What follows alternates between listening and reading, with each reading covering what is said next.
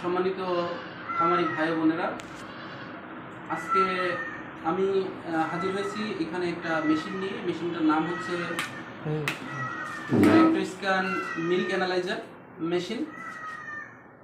এই মেশিনের মাধ্যমে আমরা কি কি করতে পারবো এটা আমাদের জানা দরকার। তার আগে বলে রাখি যে উপজেলা প্রাণী সম্পদ দপ্তর, প্রত্যেকটা উপজেলা প্রাণী সম্পদ দপ্তর ও ভেটেরিনারি হাসপাতালে এই মেশিনটা আছে। এই মেশিনের মাধ্যমে আমরা গরুর দুধ পরীক্ষা করতে পারি, দুধের ইনগ্রিডিয়েন্টসগুলো জানতে পারি, ইনগ্রিডিয়েন্টসগুলো উপাদান কি কি আছে। যেমন দুধের ভিতরে কি আমরা কি জানি, ফ্যাট থাকে, সলিড নট ফ্যাট থাকে, ওয়াটার থাকে, প্রোটিন থাকে, এরকম অনেক 7-8টা উপাদান থাকে। সেই 7-8টা উপাদান প্রিন্ট আউট হয়ে বের হয়ে আসবে, প্রিন্ট আউট হয়ে বের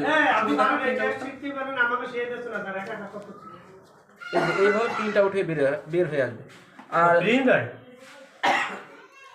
সম্মানিত খামারি ভাই বোনেরা, এই যে আমি এইভাবে দুধটা দিয়েছিলাম, আমাদের খামারি ভাই এখানে আছে, তার গরুর দুধের একটু সমস্যা।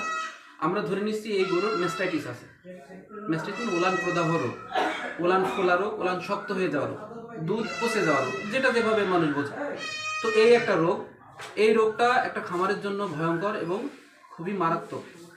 এই জন্য আমরা যদি এই যে ডিজিটাল মিল্ক অ্যানালাইজার মেশিন, এই মেশিনের মাধ্যমে আমরা এই টেস্টটা করতে পারি, তাহলে আমরা এই দুধের কি পরিমাণ পিএইচ আছে, অ্যাসিডিক দুধ না ক্ষারীয়, এটা জানতে পারি। ঠিক আছে, দুধে কতটুকু পানি আছে, পানি মিশানো আছে কিনা এটা আমরা জানতে পারি। এর ফ্যাট পার্সেন্টেজ আমরা জানি 3.5% হচ্ছে ফ্যাট পার্সেন্ট আদর্শ। যদি আমরা দেখি এখানে 3.5% নাই, 3 আছে, 2 আছে, হ্যাঁ